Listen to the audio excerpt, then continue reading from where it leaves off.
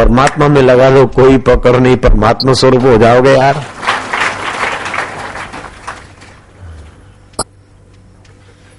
मैं भगवान का हूं, भगवान मेरे हैं, और बात बिल्कुल सच्ची है। और फिल्म वाले तो कहते हैं जब तक रहेंगे चांद सितारे, तुम हो हमारे, हम हैं तुम्हारे, परदेसी तुम भूल न जाना, वायदा किया है साथ निभाना। जब तक रहेंगे चांद सितारे, हम हैं तुम्हारे, तुम हो हमारे। 10 मिनट के बाद तो लड़ते बाहर चाय पे। तो एक्टिंग कर लिया और तुम उसके पीछे चल रहे क्या?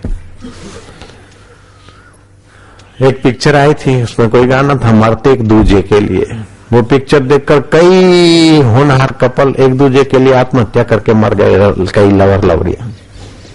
अब उन्होंने तो एक्टिंग करके इनकेश कर लिया और आज के ग्रेजुएट पढ़कर आत्महत्या कर रहे। कैसी पढ़ाई, कैसी बुद्धि। विधवा माँ अपने एकलौते बेटे को दिखा रही थी, देख राजा कितना ठाठ से जा रहा है। बोले वहां मेरे को इनसे मिलना है। बोले बेटे किसी के घर के बर्तन मांझकर मैं तेरा पेट भरती हूँ, तू उस अबला का बेटा राजा से कैसे मिल सकता? बोले नहीं माँ मेरे को मिलना है। बोले अच्छा बेटा, राजा से मिलना है तो मैं उपाय बताती हूँ। राजा का महल बन रहा है, वहां जाके काम करना। काम करने वाले को रोटी तो देते हैं, हफ्ता में उसको पगार भी दे देते। जब पगार दे तू लेना मत। मंत्री को बोलना नहीं, तो राजा साहब है, हमारे माई बाप है, उन सेवा करना हमारा कर्तव्य है। दिलो जान से उत्साह से सेवा करना। लड़के ने ऐसा किया, 1 हफ्ता, 2 हफ्ता, 3 हफ्ता, 4 हफ्ता। मंत्री इंप्रेस होने लगा, दूसरे लोग इंप्रेस होने लगे। मैं देखो इतना उत्साह से काम करता है और पैसा नहीं चाहिए, नहीं इसको कुछ। राजा तक मंत्री ने खबर पहुंचाई। राजा ने कहा अच्छा ले आओ ना। तो निष्कामता से उत्साह भी आ जाता है, चेहरे पे रौनक भी हो जाती है।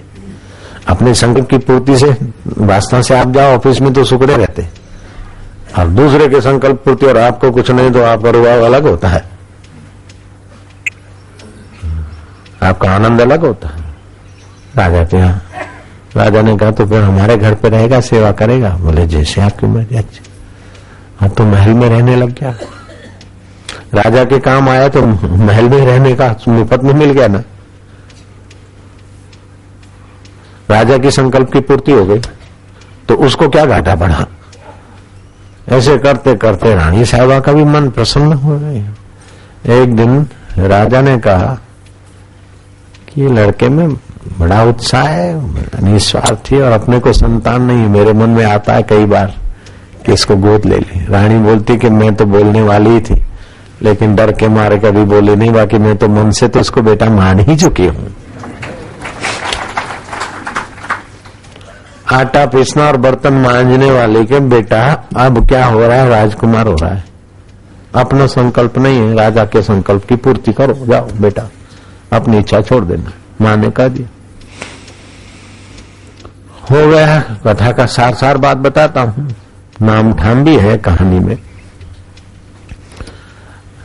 राजकुमार हुआ, उत्सव मनाया गया, उत्तराधिकारी घोषित हो गया, और एक शोभा यात्रा नगर में निकली तो उसकी बुढ़िया माँ, कुछ वर्ष बीत गए, देखने को गई तो राजा को बताया कि मेरी माँ एक बार आपकी सवारी निकली थी 7 वर्ष पहले, 8 वर्ष, मैंने आपको देखा, आपसे मिलने की इच्छा की थी, आपसे मिला नहीं कि कुंजी मेरी माँ ने दी, तो उस माँ को मैं नमस्कार करने जाऊं। राजा ने कहा वो तेरी माँ नहीं, वो तो मेरी भी माँ है जिसने ऐसा सपूत दिया है, चलो हम दोनों उसके पैर छूने जाते। अब कहा वो आटा पीसकर भरण पोषण करने वाली माँ, और ये सत्संग में से सुन बैठी और उस बात का प्रैक्टिकल किया तो माई पूरी जाती, बेटा राजकुमार राजा बन गया। लेकिन आप किसी राजा के गोद चले जाओ, ये मैं नहीं कहता। किसी राजा का मकान बनता और आप जाके किसी नेता के मकान पे ईंटें उठाओ, ये मैं नहीं कहता। लेकिन आप अपने परमेश्वर परमात्मा की गोद में चले जाना आपके लिए आसान है।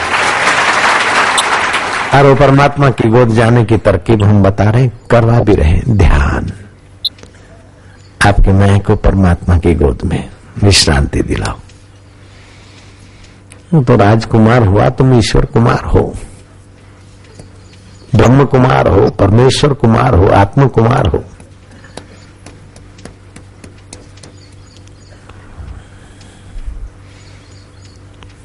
ओम शांति, गहरी शांति।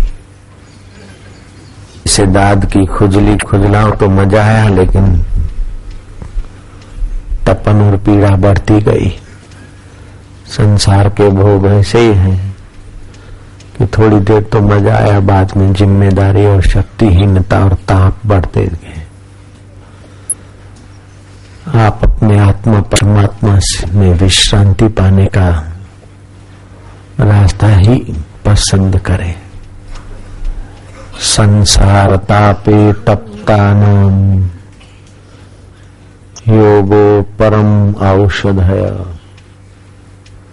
संसार के ताप में तपने वाले जीवों के लिए परमात्मा ध्यान, भक्ति योग, ध्यान योग परम औषध है।